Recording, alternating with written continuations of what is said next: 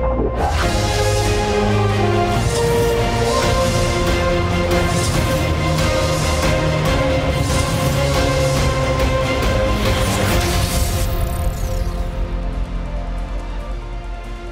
evening and welcome to The Last Word. I am Kavita Krishnan. Today, people, we are talking of murder. And it is not a crime of passion. It is not a murder to settle scores. It is a murder that should shock every single one of us to the core.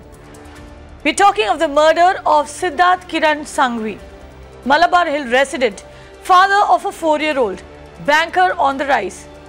In 10 years, Sanghvi had climbed up the corporate ladder from senior manager to vice president at the HDFC bank. But Sanghvi's life was cut short cruelly. He was stabbed to death. His throat was slit in the parking lot of his own office in Kamla Mills in Mumbai. Sanghvi was murdered in what is Mumbai's busiest office hub, hippest party destination. And not a soul got to know. It was not very late in the night. Sanghvi had reportedly left office between 7:30 and 8 p.m. His killer, after killing him, his killer drove off in the banker's own car with Sanghvi's body in it, and nobody knew. Which is why we are asking today, if Siddharth Sanghvi could be murdered this brazenly in the parking lot of his own office complex in Mumbai's busiest hub, how safe then is your office? That's the debate that we're having. Murder in the financial capital's busiest and most upmarket business hub. 39-year-old Siddharth Sanghvi, a vice president at HDFC Bank, murdered in cold blood in the parking lot outside his office. We can still in fact see blood stains, blood spots at the scene, as you can see in the visuals right now. And this is the spot where he was attacked and hit with a blunt object from behind. Sanghvi was murdered on the 3rd floor of a parking facility in Mumbai's Kamla Mills compound. The old mill turned business hub is home to big business houses and is also one of Mumbai's most happening party destinations. The area buzzes with activity late into the night, but the Wednesday night, when banker Siddharth Sanghvi was attacked, not a single soul came to his rescue. It gets worse. When Mirror Now went on ground to the scene of crime, we found there is no CCTV in the parking lot. The only camera is at the basement entrance to the parking facility. What's more, the last security guard signs off from duty at 4:30 p.m. और मेरा duty सुबह 8:30 से 4:30 बजे तक रहता है. कोई guard नहीं था, बैंक वाले ने गार्ड रखा ही नहीं मैडम. हम लोग जनरल शिफ्ट के लिए खाली एक ही गार्ड है. According to the police, the accused Sarfaraz Sheikh gained access to the parking area, threatened Sanghvi, and then, when the banker raised an alarm, stabbed him and slit his throat. He then dumped Sanghvi in his own car, drove to Kalyan, dumped his body, and then drove to his own house in Navi Mumbai.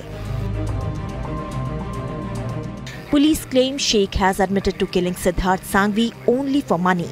He is currently under arrest. As per the accused version, with the intent of robbery, he had done all these things. On 8th night, his father received a call whereby it was told that his son is well off and you do not need to worry. And accordingly, a case of kidnapping was registered under section 364, 364 and 365. So far, there are several of these theories surrounding the case, which the police has not ruled out at this point, while further investigations and interrogations will certainly reveal the cause of this murder. Mumbai police, however, are being cautious and are not calling it a closed case yet. But even as the police continue to run down every angle, the banker's murder throws up more questions for the city, primarily being, how safe is your workplace? The debate begins now. That's the question we are asking this Monday evening. You go to office, you spend close to 10 to 12 hours there, depending on what kind of work you do. You leave. Very often, a lot of us leave very, very late in the night. We walk out, secure in the knowledge that our office is safe, secure in the knowledge that the premises, the surroundings are safe. And then we hear of something like this. How safe is your office? How safe are the premises? Are your office premises, which includes, by the way, the parking lot? That's a question we are asking. And joining me on the debate are Dhanraj Vanjari, who's an advocate and former ACP of Mumbai, Shailesh Singh, who's a recruitment expert, Captain Ravi, who's CEO and MD of Fireball Securitas, which is a security agency, and Tara Krishnaswamy, who's a citizen voice. She's also an entrepreneur. She's joining us from Bengaluru. Tara, I'll begin with you. A story like this, does it shake you? Does it scare you?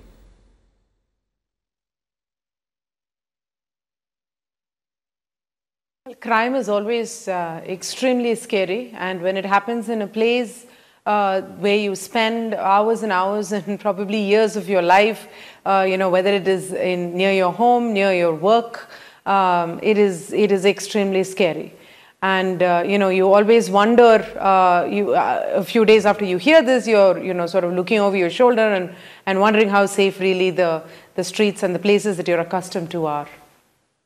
Right, and more than streets and places, Dhanraj Vanjari, we're talking of the parking lot. Now, a reporter went to this parking complex. It has around 4 to 5 floors. The murder happened on the 3rd floor. Now, what a reporter tells us is that there was only one CCTV camera at the basement entrance to the parking. There were no CCTV cameras anywhere in this parking facility. There was one guard who got off duty at 4:30. Most of us end up working till 10:30, till 11:30. How safe are our offices, Dhanraj Vanjari?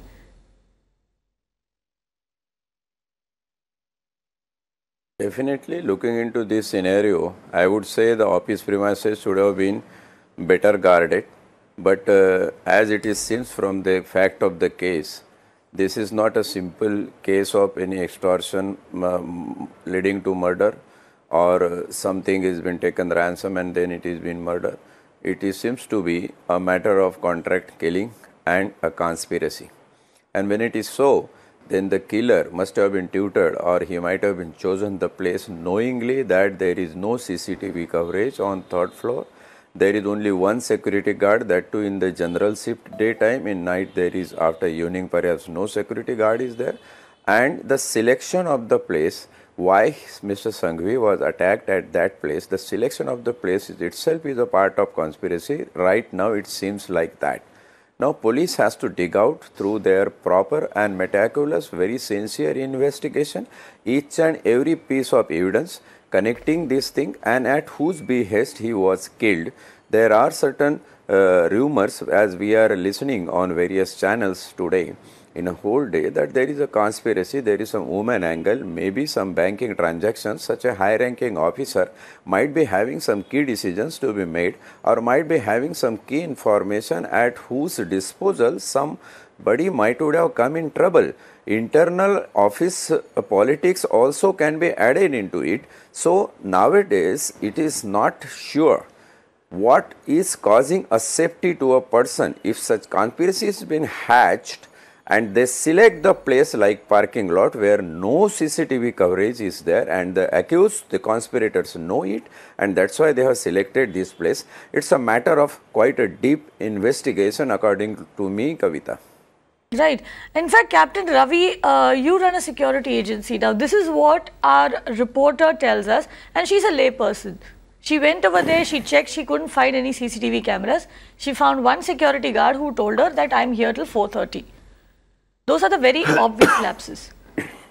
What, according to you, are the other lapses that you can understand from our description of the case and from what we've heard from the police?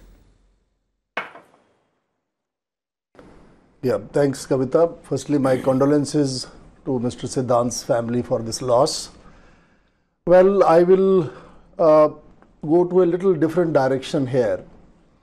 You see, this whole thing is a subject of risk analysis, threat analysis. Now, all the corporates, the industries, the offices, they are laying too much of stress on safety and security within the office complex. The moment the employee steps out of the office, or for that matter, the family of the employees at home, the level is almost zero. So it becomes imperative for any business or for any corporate to actually go a little further and see that their key business heads, how they are protected well outside. Now 100% security is not possible, but if we start, there is some percentage which could be achieved. In this case, the vice president, who is an asset of an organization, was left on his own. There are a lot of combinations which could have been done. There is a very good subject called as executive protection. Now, we can't provide executive protection to all the heads, but it can be done in rotation, making or keeping a surprise element that if there are 5 vice presidents, 1 executive protection assistant could have been provided on rotation to all. So, and that nobody knows how is the duty shifted, how it is changed. And then there is a requirement of constantly doing a safety and security audit of the premises. It has to be renewed from time to time. Threats are changing.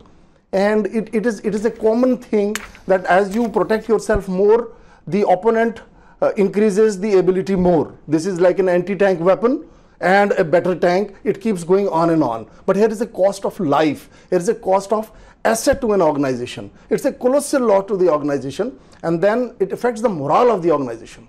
So there is quite a lot of few things which organization needs to be done. There are various psychometric tests which are required to be done at the entry time. That is very important. That forms part of the HR, because there is a sort of business intelligence which is required. So there are a lot of cubes into this which have to be added to safeguard the life of the employees. Right. In fact, Shailesh Singh, tell us this, how important is security, especially right outside the office? We know that we've seen security guards at the entrance to the office, possibly within the office, but outside, in areas such as the parking lot. How important is security? How much importance is it really given within our HR and admin circles? Sure. Thanks, Kavita. I think first of all, my sincere condolences to the family of Siddharth. It's a very unfortunate incident that has happened, and there is absolutely no two ways or two answers to the question that you've asked. Security and safety of employees, well-being of employees is extremely, extremely important. If spaces like parking lots, etc., happen to be within office premises, I would like to believe that most organizations have security measures deployed there. However, if parking facilities and other areas happen to be outside office premises, yes, it sometimes become susceptible to incidents like those. While lives of people are extremely, extremely precious, and safety and security cannot be compromised just because these areas are outside of office premises, but at the same time you have meaningful constraints that exist. There are large number of employees. One of my fellow panelists mentioned that lives of executives, senior employees in the system is important. I think to my mind, life of every employee who comes to work, places their trust in an organization is important. It's not just senior people, and in that context it makes it extremely, extremely difficult to have security measures for every individual. But I guess organizations do need to focus on building some infrastructural capability besides the core office premises, and maybe expand it a little bit so that employees are taken care of and are guarded in a much better way. Yeah, Tara, the other thing that scares me, that I personally find very scary, is that this man walked into the parking area. This is like I told you earlier, a 4 or 5 story structure. He walked right into the parking area. He gained access to the third floor. He waited possibly for Siddharth Sanghvi to come over there, after which he accosted him, tried to ask him for money, because now the police are telling us that he was, this is probably a robbery gone horribly, horribly wrong, after which he was stabbed and his throat was slit. This man then proceeded to pick him up, put him in the car and put him in the banker's own car and drive the car out. Now all of this has happened within the parking lot of the company, of one of Mumbai's biggest business hubs. How did this man gain access? Yeah. Yeah, this sort of thing, actually, the bigger the company you work in, and I work in a big IT firm, the larger the space, right? Both the seating area, the parking area, everything is huge. So if you're in, at an odd hour in the night or on a holiday, it's actually a bit unnerving, because there's nobody around and it's really large spaces and no one can hear you. Now, Karnataka luckily has a law that was passed last year that makes it compulsory for any company, any public space actually that accommodates more than 500 people at any given time, that it must have CCTV surveillance and that the police must have unfettered access to it, right? So in a sense, it is a beginning to ensure that crowded places are secure, that places that attract a lot of people, where people spend a lot of time, are provided more security, and there is more consideration for people's safety. But in general, with companies, and I'm speaking in general here, the reason they, ensure that there is security is to make sure that their own premises are secured, their own IP is secure, their own property is secure, and of course, inside the premises, their work is not affected, including the people that work there, right? Their primary concern is not, outside, whether we ensure that as people exit or as leave, that the people themselves are secure. Whose domain is it? Sometimes parking spaces are leased from someone else. Different floors are managed by different people. Even within the same floor, you have different companies owning different lots. And even if you were to put CCTV cameras, you can't possibly, monitor every inch of space in this, in that place. You will have blind spots. How many CCTV cameras? There are easily places there you can park 1,000 cars or 500 cars. How do you monitor every single, space there? And there'll be blind spots, and so this sort of thing is not, there isn't like a clear formula for how to do this. But I think the first good step is if governments make sure that private entities must take responsibility for human safety in the places that they own, whether it is inside the office, whether it's a cafeteria, whether it is the parking space, right? Whether it's a gym, any of these places must be safe for the employees that use it. Right. And in fact, Tara, you mentioned how this happened outside the office. There have been instances where things like this have happened inside office spaces. In Pune, for instance, there have been at least, from Pune, we've had at least 2 such cases that were, reported. There was one case where a software engineer, she was 25 years old, she was found strangled to death inside the conference room of her Hinjewadi IT office. An office in Hinjewadi, a conference room, a 25-year-old girl found strangled to death. Another girl, also in Pune, she was hacked to death. A few meters outside her workspace, she had taken a walk. She had stepped out of her office to take a walk, and she was hacked to death. And here is where access control actually comes in. And that's a question I want to ask you, Captain Ravi, because we know that it is difficult for outsiders to gain access to our workplace. But we're seeing these cases reported from conference rooms. This is a parking lot. And it's not just any parking lot, it is a structure, it's a 5-story structure. The 3rd floor. So someone has just waltzed in and nobody knows. And that person managed to waltz out without no one knowing.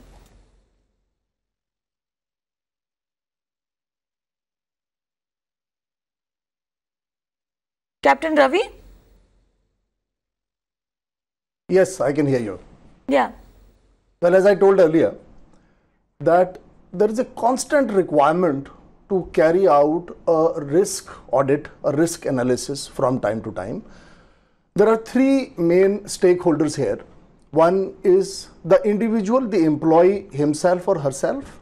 Employee, when I say employee, that includes the lady and the man and their families too. Second is the responsibility of the stakeholder of the business house. And third is the responsibility of the government. So there are three parts we divide this into. First and foremost, I will take the employee. It is everybody responsible to safeguard oneself. It is not possible for any business house and even the government to provide security to each and every individual.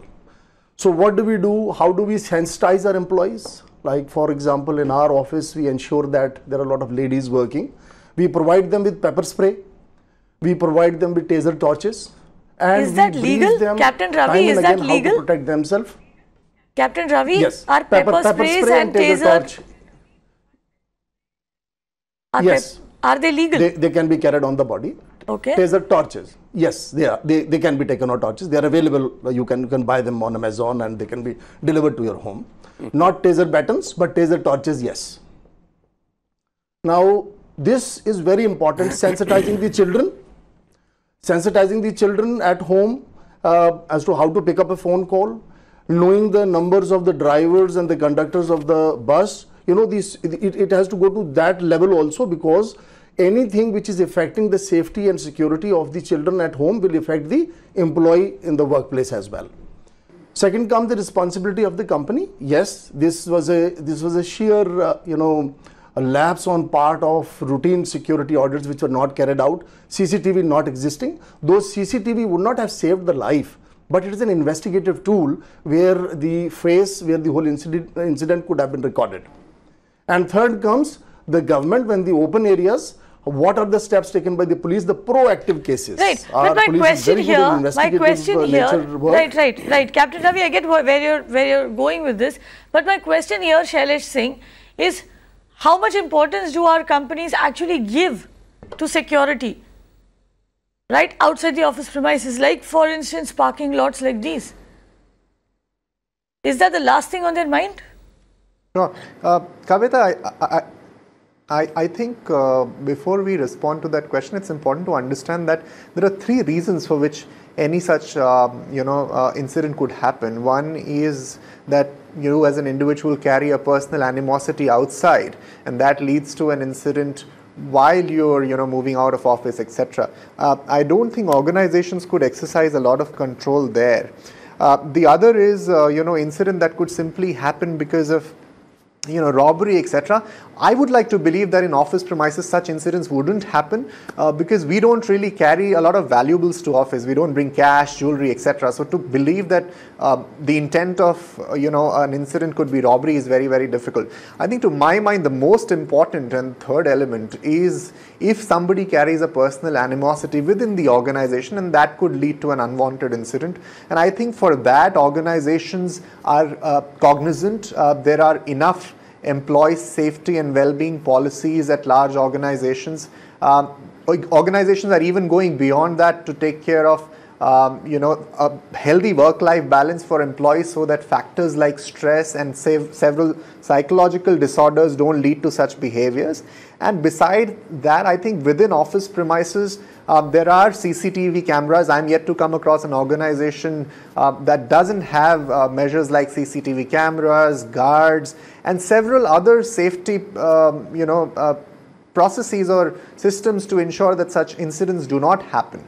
However, like I said, if facilities like parking lots happen to be outside the office premise, Shailesh Singh, I understand what you're saying. If I could just complete, Kavita, yeah. I think the responsibility is with the infrastructure management, because most of these spaces in large office complexes where parking facilities are shared, are common, are managed by a third party. Now, I think the responsibility should be pegged on such third party vendors as well who manage these spaces to ensure that there's enough safety and security measures there, and I think organizations should definitely demand that from those third parties who manage such spaces. Right. Shailaj Singh, let me make something very clear. I am not trying to peg responsibility over here. I am not holding anyone responsible.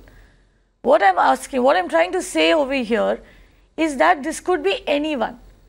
Most of us work late. Most of us walk out of office at 10 in the night, at 11 in the night. I do that on a daily basis. And it is scary to think that something like this could happen to you right outside your office complex. Now, if you go by the police version, this was a burglary. It was a robbery that was gone wrong, which meant that this man walked right into the parking lot and stabbed this banker to death.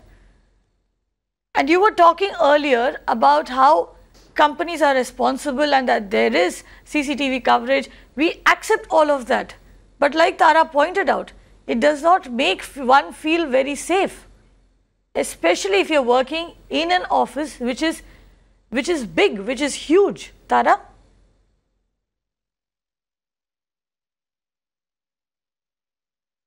Yeah, I mean, this is a very difficult situation. This is what I was also trying to say, that there are so many hands involved in this, right? You don't know who is the leasee, who is the leaser, and whether the space itself is divided between people, and therefore who, should be putting up the CCTV cameras. And even if there is a law like there is in Karnataka, I have no idea how often these places are audited by the government to ensure that the law is actually being followed.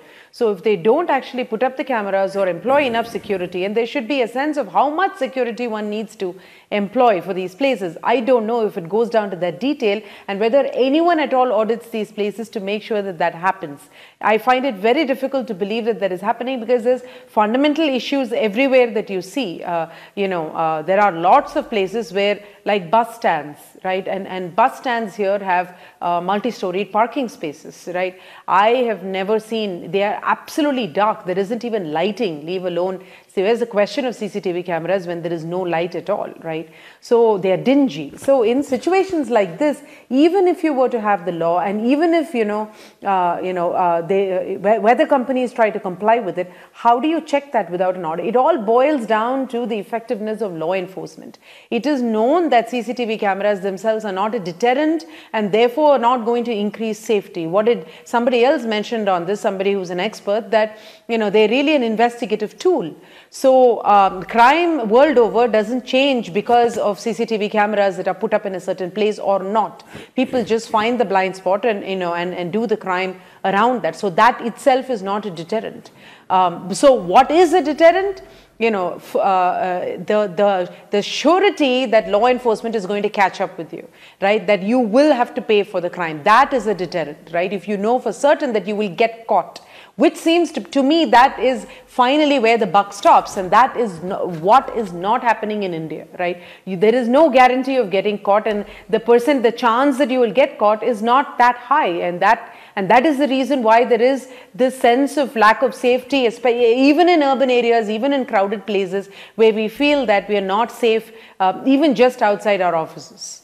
Right. In fact, Dhanraj Manjari, tell us this. We know that there are a number of certificates one needs to get from the government, including the fire, NOC, etc.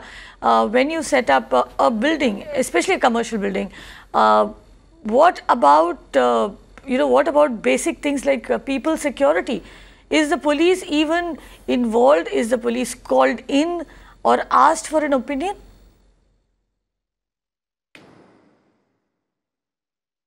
Yes, it's a job of police also to investigate, to visit, to supervise whether the security audit is at place or not. Kavita, what happened here? I hope we are discussing the case of murder and the various dimensions as why it has happened. It sounds very good when you talk of preventive measures like cyber vigilance, then safety management, security audit, threat perception, all these things I do not deny need to be worked out very meticulously. But remember, when a crime is being plotted or the conspiracy is being hatched to go for the murder of such high-ranking officer, we have to not simply go on the decorated words, but we have to read between the lines that whatever lapses were kept in security and safety of the premises and the individual on organizational basis were studied properly, and then they plotted the crime and committed the crime.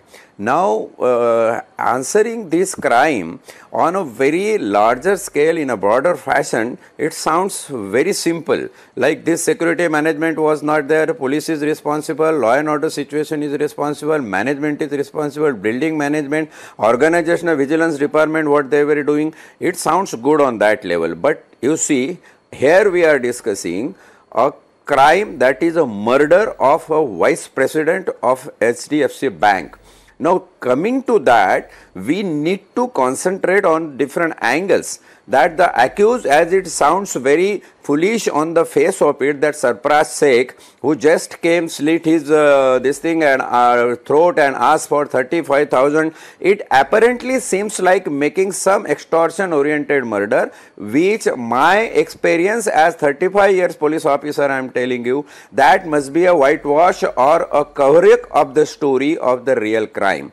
When such heinous real crime of high ranking officers like murder been committed, always there is a conspiracy, and I tell you, since the matter is in investigation, we cannot predict or speculate on many unwarranted dimensions, but one thing I can say, such crime from all angles, safety, security, organizational disputes, personal enmity, it's a big challenge for investigative agency, and I hope they will accept this challenge and will complete the investigation properly, making all evidences and making a concrete case against not only the accused or suspect, but the entire conspiracy, the nexus.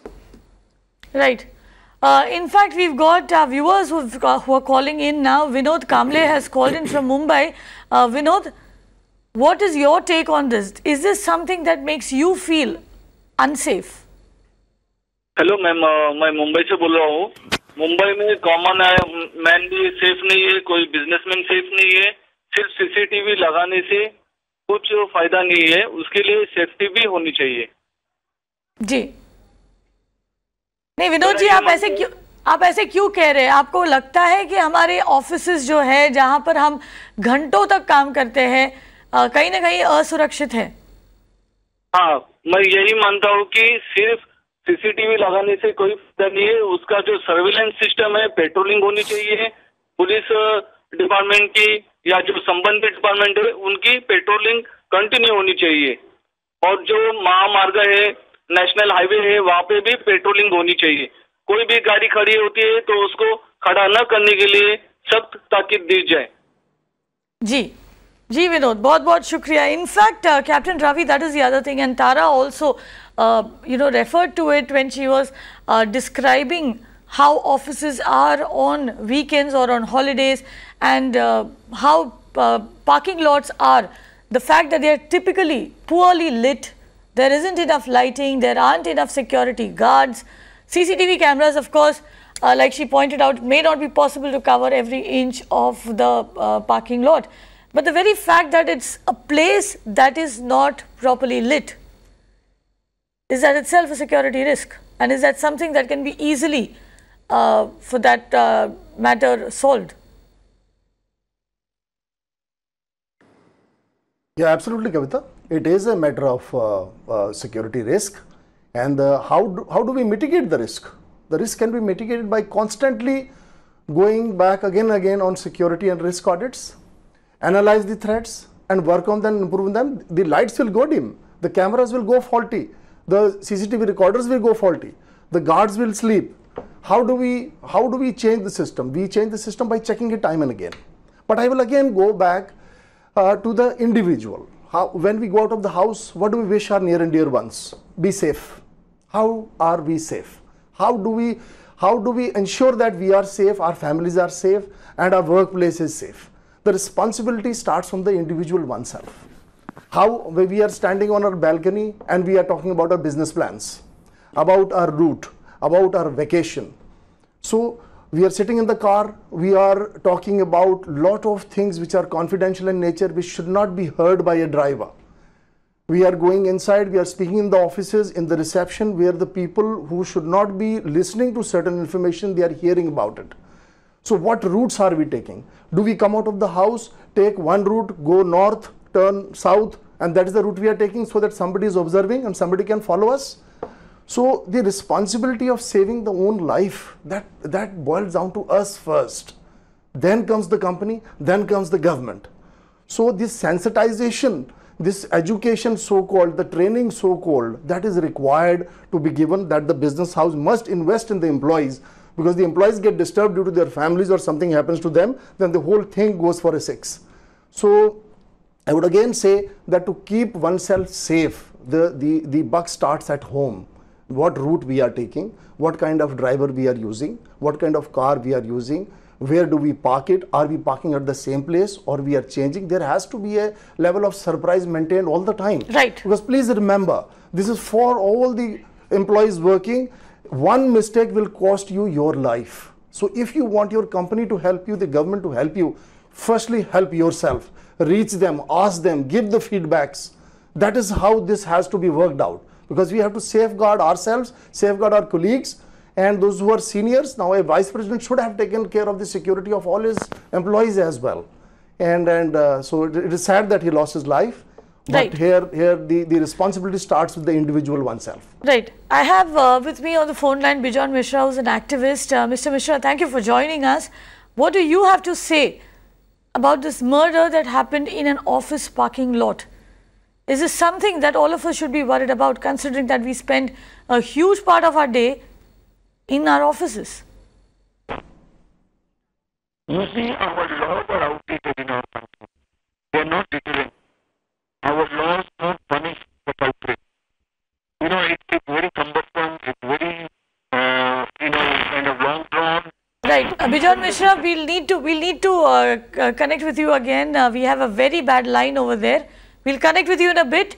We also have Prashant Kadam, who is on the phone line from Mumbai. Prashant, what do you have to say? This particular incident has made us to think about one of the biggest issues that we may face, that is, the security in these places, parking lots. Especially today we are seeing this problem in office premises. But nobody has probably thought of places like malls and, places were visited by various people. Now in these cases, and places where the premises is occupied by various multiple offices, this particular parking security is most neglected. That is what I feel. It becomes nobody's responsibility. It's a responsibility of that society, business society, and then it becomes a little bit neglected area. And this is the outcome of this particular aspect. That is what I feel. And there is a need to define certain rules, regulations, which needs to enforce for the security of this particular area. That is what I feel first. Right. Thank you, Prashant. And in fact, Shailesh Singh, that's something I wanted to ask you. Our laws don't really cover all of this, because my research team tried to dig up a little on the kind of laws that we have as far as security is concerned. All that we could come up with, related to women who are working late in the workplace and how they should be given a security guard or a night drop home. Laws haven't kept pace with time? I think there are security and safety norms, Kavita, for employees alike, irrespective of the gender. But yes, you're absolutely right. When it comes to women's safety, organizations do want to give it a special impetus, and rightfully so.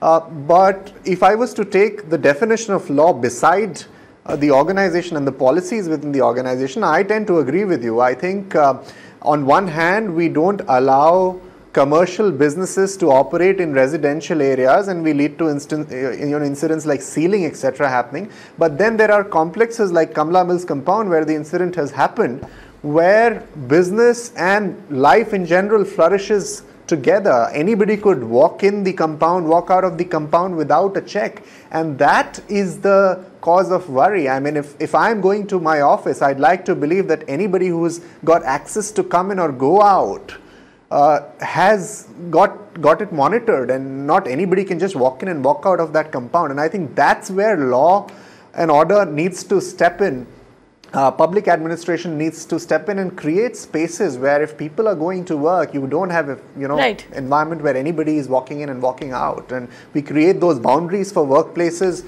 and places of leisure. Precisely. We need to start restricting access. Bijon Mishra, what do you have to say? You see, my worry is our laws are outdated. It is not relevant in today's context. We must have laws which are very deterrent, which scares people. Today we have laws which do not scare people. They always take the law in their own hands and get away with it. Our laws, today's laws are cumbersome, long drawn. It is not in the favor of the citizens. It is not in the favor of, responsible citizens. It is in favor of the culprits. It is in favor of people who commit crime, who are constantly, violating the laws. Because the law enforcers have all gone to sleep, because they also see that even after enforcement, no stringent actions are taken against the culprits. It gets stuck in the courtrooms. So we must change our laws in our country so that all such incidents do not occur again because of deterrent punishment.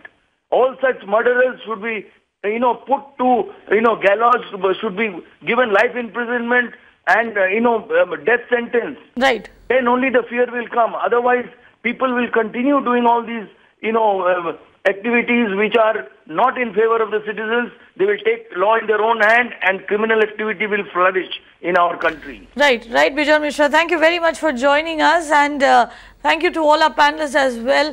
In the end, here's what we are left with, that there is very little awareness or conversation really happening around security in the workplace or in the office premises. And it is up to us to start a dialogue.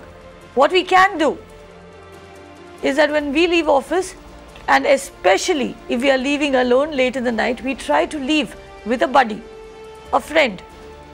Do not leave alone. Walk out with someone or in a crowd. That way, there are higher chances of you being safe in case of an attack. And the other thing, of course, let Siddharth Sanghvi's death not go in vain. Let this give us cause to start a conversation, to start a dialogue in our offices with our managements. Because what is at stake is your life.